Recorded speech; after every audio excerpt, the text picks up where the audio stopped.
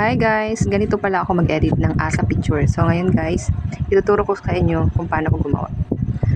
Let's start! So ngayon, open natin yung PixArt, then select yung trending backgrounds, and then piliin natin kung anong background. Usually yung white yung ginagamit. So ayun guys, may ads lang na dalawa dyan. Tapusin lang natin, then mag-select na tayo ng picture, ng image. So ngayon guys, pipili ako ng isa muna, then check. Then, yun guys, naka-paste na siya dyan sa white background. So, ngayon, alisin natin yung background ng image. Then, piliin natin yung cut out. Then, select yung person. Pagkatapos niyan, ayan na guys. Yun na yan. I-adjust lang natin kung gaano kalaki ang gusto natin.